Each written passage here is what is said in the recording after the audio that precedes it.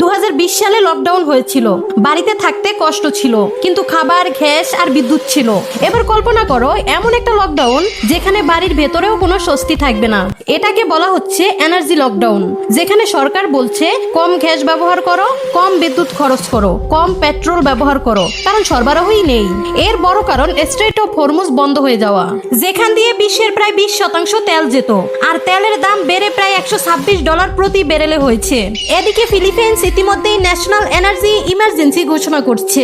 অন্যদিকে south Korea মানুষকে পানি আর জ্বালানি কম অপচয় করার পরামর্শ দিচ্ছে। জাপান তাদের সবচেয়ে বড় ইমার্জেন্সি অয়েল রিজার্ভ ব্যবহার শুরু করেছে। আগে মানুষ ভয় পেত ভাইরাসকে, এবার বিশ্লেষকরা বলছেন যদি এই যুদ্ধ চলতে থাকে আর তেলের দাম $150 প্রতি ব্যারেল ছুঁয়ে ফেলে, তাহলে বিশ্ব জুড়ে বড় অর্থনৈতিক সংকট দেখা দিতে পারে। আগে লকডাউন শুধু চলাফেরা থামিয়েছিল, কিন্তু এই ইমার্জেন্সি লকডাউন পুরো জীবনযাত্রাই থামিয়ে দিতে পারে।